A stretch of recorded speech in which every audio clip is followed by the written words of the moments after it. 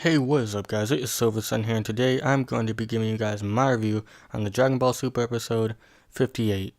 Now the reason why it took me so long to get this review out to you guys is because the site that I was watching the show on actually kind of crashed a little bit, like the servers were down and whatnot, so I couldn't really watch it at the time. I originally was going to post this like last Sunday because I know there wasn't an episode then, but some stuff got in the way and it ended up coming to today and whatnot, which is Thursday as of the recording of this video, but better late than never, I guess. But anyways, on to the review. So basically this episode starts off pretty quickly with Zamasu going into Zuno's palace, pretty much demanding answers about the Super Dragon Balls and how he can use them and whatnot. And pretty much he goes on a little too long, telling him literally everything he knows about the Super Dragon Balls, and Zamasu starts to get annoyed, so he starts threatening him some more, and pretty much he gives them like the information on how to use them, like where to go and where they are and whatnot. And he also asks him about what he knows about Son Goku. And so pretty much we go on back to Goku and the rest of the Z fighters and everyone else and whatnot, and pretty much they get revived with some sensu beans and whatnot. And pretty much they were just wondering like, oh, where were the sensu beans before and whatnot, like why didn't they use them earlier? And it was because Goku accidentally left them in the bathroom instead of taking them along with him and whatnot to use. But basically they're safe and sound pretty much, and Trunks even informs present Mai about her future self and that she's still alive and whatnot, which was pretty cool. But pretty much they filled him in on what had happened in the future with Zamasu and Black and whatnot.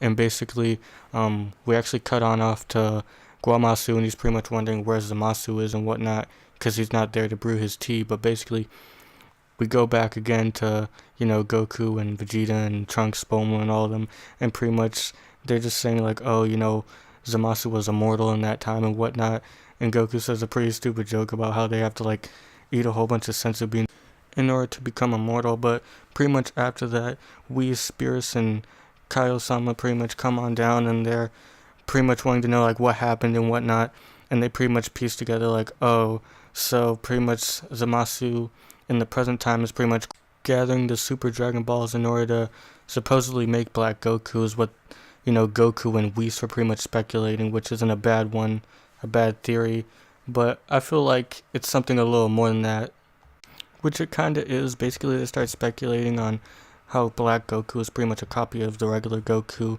which was obviously made by Zamasu, in addition to him having immortality. So basically he made himself a servant in order to help him do his whole justice business, quote unquote. But pretty much they go off to Guamasu's palace in order to find out if he's alright or not, to see if the presence of Zamasu is there and whatnot, because they pretty much speculated that in order for him to wait a whole year for the Super Dragon Balls, like that's pretty much impossible for a guy like him. So they're thinking that he used the time rings in order to go ahead 1 year to use them again and all that stuff. So pretty much they go off and they pretty much find Guamasu pretty much just sitting there, still waiting for his tea. And they're pretty much like asking him like, hey, has Zamasu been here and whatnot? He's like, no, I haven't seen him since this morning. And then pretty much they're just like really nervous, like, has he ever said anything like about justice or anything like that? And then pretty much Guamasu's just saying like, oh, well, at first, he had his doubts and whatnot, but now he's pretty much good, his mind is cleared of all the impurities and whatnot, which was obviously not the case, as we saw Zamasu pretty much in the back making his tea, bringing it to him and whatnot, and he looked really, evil and whatnot. And so pretty much the doors open up and pretty much everyone sees Zamasu. Zamasu sees them, and he pretty much just says that he has his tea ready for Guamasu. So yeah, I really like how they ended off this episode with that little cliffhanger. I thought it was pretty cool. I'm really excited for the next episode. I mean, in all honesty, this feels kind of sort of like Gravity Falls in a type of way. And when I say that, I mean like the theories and whatnot that we're coming up with, all these speculation and thoughts and whatnot. I don't think we've ever really had a story like this in Dragon Ball Z, like ever. Like I don't really think there's been too much speculation, like in terms of like the actual series and whatnot. I mean, sure, there have been like speculations in terms of like characters and whatnot and how powerful they can be and all that other stuff, but other than that, like as far as story goes and whatnot, storylines and stuff like that, like I don't think we've ever really like speculated what's gonna happen next and whatnot. It's not as obvious.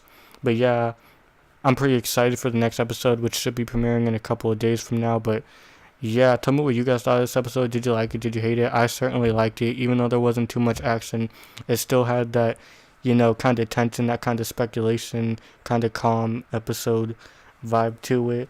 But yeah, that's pretty much it for me, guys. And until the next one, Silver Sun is out.